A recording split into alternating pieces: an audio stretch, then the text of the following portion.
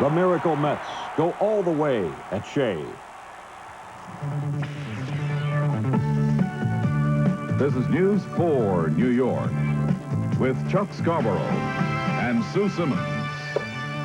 Well, good evening. The New York Mets are baseball's 1986 world champions. Yeah, and they won the World Series tonight the way they won virtually all of their postseason games. Gutsy, heart-stopping, come-from-behind baseball. Miracle upon miracle, from the brink of defeat to a 16th inning win in Houston. Then Saturday night at SHEA, down 2 runs and 2 outs and 2 strikes in the bottom of the 10th. One swing of the bat away from extinction. The Mets squeezed out 3 desperation runs to win. And tonight in Game 7 at SHEA, the series tied 3-3, down 3 runs into the 6th. The Mets once again reached into their bag of miracles, and they are the 1986 world champions. Len Berman begins our team coverage. Len? Thank you, Chuck. They called them the Amazing Mets in 1969 when they last won the World Series. So what do you call these champions? They were dead and gone Saturday and came back. They looked dead in the 6th tonight, down 3-0. They came back to tie again. Call them doubly amazing. Tied 3-3 in the 7th. MVP Ray Knight with the big blow. He homered to left off Calvin Schiraldi. It broke the tie, and before the inning was out, the Mets led 6-3. And then Darryl Strawberry delivered his first home run and first RBI of the series. SHEA went nuts. It was 7-5 Mets. And when Orozco got Barrett, that was it. 8-5 the final. The New York Mets proved there is life after death. And tonight, they are world champions.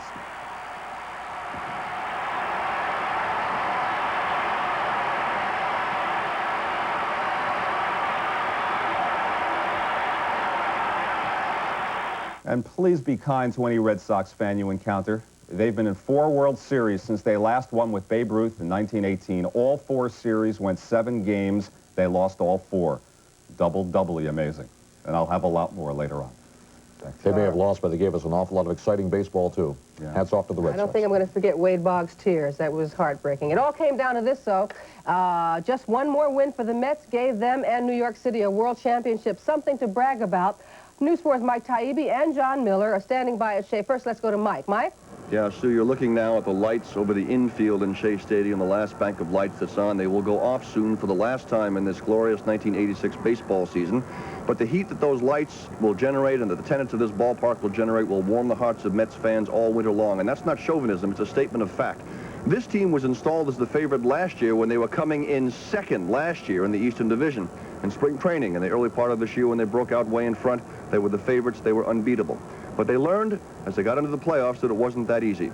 There was, as Bob Costas put it before, a crucible of a series against Houston, and then a game Red Sox team which was battling not only the Mets, but destiny. A tragic destiny for Red Sox fans, certainly, because as we just heard from Len Berman, they had played 4 World Series, gone 7 games each time, and lost each time. A word now about the Red Sox. Anybody who knows anything about Boston knows that the fans in that town are suffering intensely right now. Not as though they haven't been prepared for it. They've been hearing the doomsayers say for days and days and days that ultimately they would find a way to lose. Saturday it seemed predestined that they might, and tonight they did. Earlier this evening, when the Red Sox were up 3-0, one of the Boston writers came by and said, "There's the bait. They're giving the bait out for the Mets." And that's certainly what happened as the Mets came roaring back. And later on, that same writer came by and said, this isn't over yet with the Mets winning 6-3. There's still going to be something that'll happen that'll make the Red Sox think that they can get ever so close. They will get that close, and they will again fall short. A Boston writer with about 25 years of experience. An extraordinary World Series, as it turned out. Games 6 and 7 were sensational baseball games in terms of tension and the ability of the Mets to come back from adversity. The Mets coming on to win this. There will be celebration tonight and for many nights to come in New York City. And in Boston, there'll be pain. But as Red Smith once said, in answer to a writer who was complaining about a loss by the home team, a child has not died. And that's the message that Bostonians will have to get used to listening to for one more winter. I'm Mike Taibbi in a darkening SHEA Stadium. Let's go now to John Miller, who's outside the ball yard. John? Well, Mike, the action has shifted out here, and indeed there will be celebration. If there are any Boston Red Sox fans, we certainly can't find them in this parking lot tonight. But what they've been saying in this crowd is it's like 1969 all over again. This is the moment they've been waiting for. As you can see, it's a rambunctious crowd. And from the outset, police were worried about this crowd. So a lot of manpower and horsepower were brought into this game. The usual complement for a baseball game is about 70 New York City police officers. But on this game, because of what you saw in the clincher where the fans took the field and tore it up, they brought in some 700 police officers. helmeted and with nightsticks. And the idea was not to ring the field this time so that the fans couldn't spill onto it.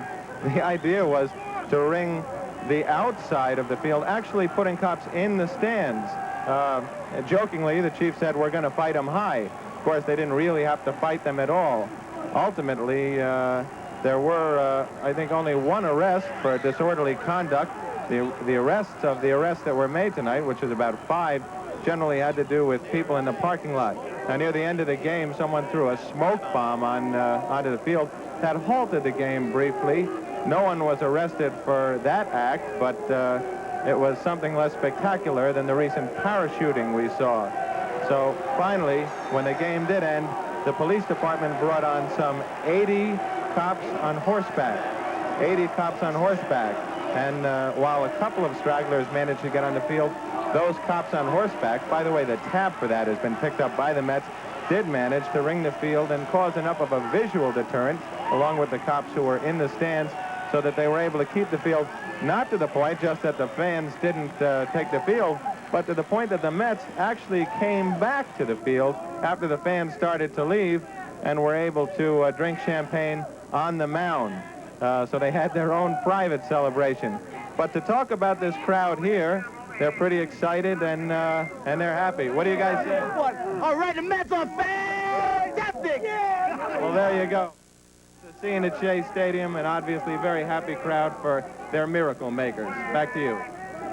Of course, we have more. Tomorrow, News 4 will have live team coverage of the huge ticker tape parade for the world champion Mets beginning at noon.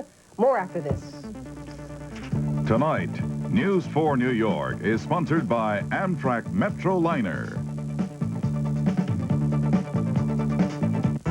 Introducing a new civilization where people have evolved beyond the need to stand in line.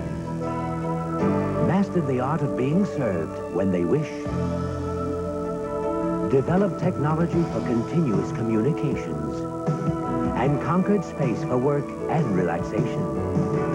Amtrak's new Metroliner service, the most advanced civilization from New York to Washington. All aboard Amtrak. Another 30 seconds of common sense. While you've been waiting for someone else to buy the first Hyundai Excel, over 120,000 of your friends and neighbors are enjoying their first Excels, making Hyundai the best-selling first-year import in history. And now the 87s are here, better than ever, and still starting at only $49.95. So, what are you waiting for? Hurry down to your Hyundai dealer. Bring a friend. Call toll-free for the Hyundai dealer nearest you. We sell cars that make sense, so hurry. Imagine a fabric so ingeniously made it lets your body breathe. Imagine a fabric so scientifically constructed it keeps out chill winds. Imagine a fabric so unique it virtually will not absorb a single drop of water. Now, imagine that fabric as an elegant raincoat, more water-resistant than the most expensive branded raincoat in the world. Imagine Tempo Europa raincoats only from London Fog.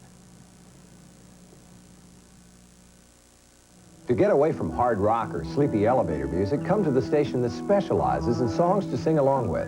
Light FM 106.7 WLTW.